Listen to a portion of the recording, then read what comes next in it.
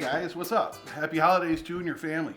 Just wanted to make a quick video and show you the new toys I got on Black Friday and Cyber Monday, and I wanted to see what kind of toys you guys bought, if you got any deals like I did. So let's jump in and check it out. So the first deal I want to show you is this beautiful Olympus Pen-F. I've been lusting for one of these for 2 years. I think they've been out for almost 2.5 now. And it's just kind of a retro feeling camera, based after an original Pen-F from the 60s, late 60s. It's a rangefinder style camera, but it has an electronic EVF. It's a really cool and special camera. It has a ton of features, and it has some really cool black and white modes and color profiles that you can adjust and switch. So if you're someone that doesn't like to or know how to post-process using Photoshop, and that doesn't really interest you, but you want to get some different looks and feels from your photography and your videos, then this would be the camera I would tell you to get.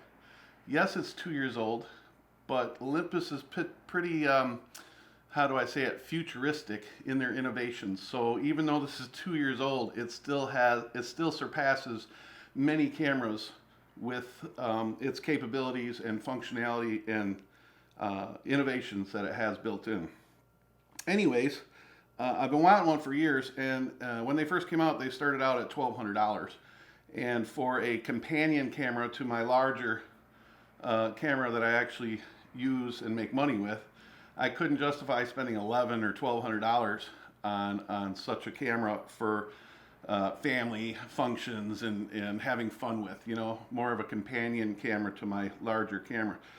But I searched on Black Friday, as many of us did, for some deals. And one of the places I like to go is Adorama. They have a used area, and sometimes you can find some pretty good deals. So this was one of those times that I got a good deal. So Black Friday came, and I had saw this camera in there the day before, and I thought for sure somebody was going to have it snatched up. And it was $779. And it didn't come with a lens, but it was still had the box and the manuals and all the accessories, the flash, and it was rated in good to excellent condition. They have different ratings that you have to be aware of. You don't want one that's using a horrible rating, because then it's all scratched up. Anyways, I ended up calling Adorama and asking them for a better deal, and they gave it to me. So it doesn't hurt to call these places, walk into your local camera store and ask for 20% or 30% off on top of what it's already marked down to. And that's exactly the case this time. I got this body, the box, in pretty much pristine condition. I don't see any wear and tear on this thing at all, for $650 shipped from Adorama. So I thought that was a pretty good deal, and I couldn't pass it up. It still sells for $9.99 today on Olympus's website, even though it's a 2-year-old camera. Again, it's a very capable camera and a fun camera. I get looks all the time since I've been using it. People are saying, "Oh, is that a film camera?" And it feels really, I got giant hands, but it still feels good in my hand. There's a few reviews about the camera. Most of them talk bad about the camera, but it's not a prosumer or professional camera per se, but kind of it is, because of all the functions and futuristic capabilities that this thing does. It's just a neat little conversation piece and fits in my jacket pocket, and I take it everywhere now. The other deal I got was this 17mm lens. Now this one, it's the 17 prime lens, f1.8. It's all metal construction, and it's a very wide angle lens, and it looks great on this body. This one I got at my local camera store, and these sell for I've been seeing them used for $349 new. I think is it $349 new or $549 new? I don't know. It's up there in price. And the guy wanted at my local camera store $239, and I talked them down to $150 plus tax. So I got it for $165 or whatever. It was a great deal. And now that I own a 17 millimeter prime, I'm probably going to save my pennies and buy a 17 millimeter Pro because I love this angle, and it's the equivalent on a crop sensor of 35 or 38 millimeter.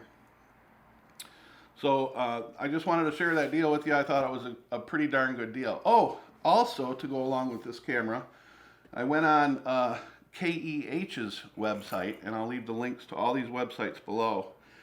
And I'm a really Right Stuff fan. I like their products. They're machined right here in the USA, and they make some awesome fitting products. So after I purchased the Pen-F, I went to KEH's website looking for a bottom plate with an Arca Swiss kind of protecting the bottom of this camera, and I ended up getting this. Now this sells on Really Right Stuff for $80, $89.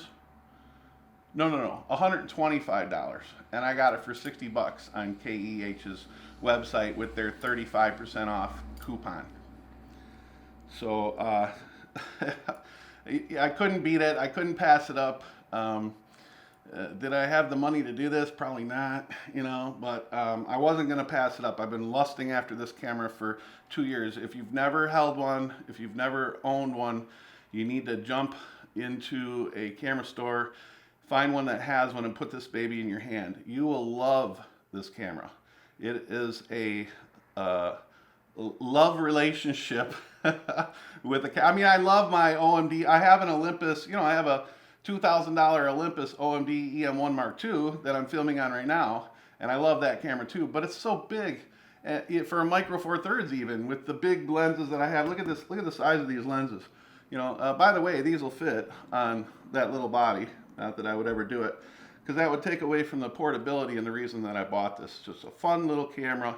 And again, if you're not into post-processing, this and all the Olympus line are probably the only cameras out there with enough functionality to tweak and change your you could add grain, you can do pinhole, you can do abstract colors, very intuitive and futuristic functions for people that don't necessarily want to use Photoshop or just want to have fun.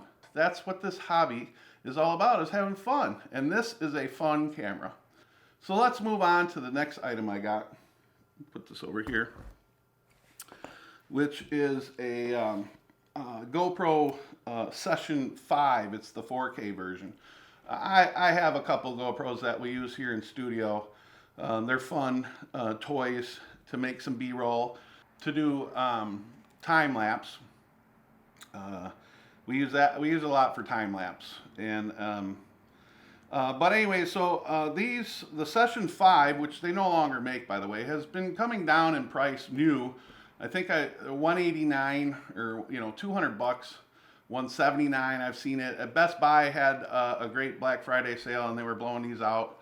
But again, I looked to my my internet and went to KEH in Adorama, and again found this little gem on Black Friday with 35% off, and got it for $89. Now I'm giving this away as a present, so I hope he's not watching this before Christmas. I guess I should have thought of that. That's kind of mean of me. Still, just a great bargain, a great camera. It came in the box. The box is a little ripped. I'm going to tape it up. All the literature, all the cabling, everything's there. I love KEH, and I love Adorama, and they're ranking, they're scoring, excellent to poor to like new. Their ranking is pretty spot on. I've been buying from them for years, and I've only sent back one thing one time, and I don't believe it was because of the rating. I think it was because it was a mistake on my part. So yeah, so those are two great websites. I'm leaving the link below. So the final thing that I got that I've wanted a shotgun mic for a long time, and the one that I wanted is $700. The NTG3.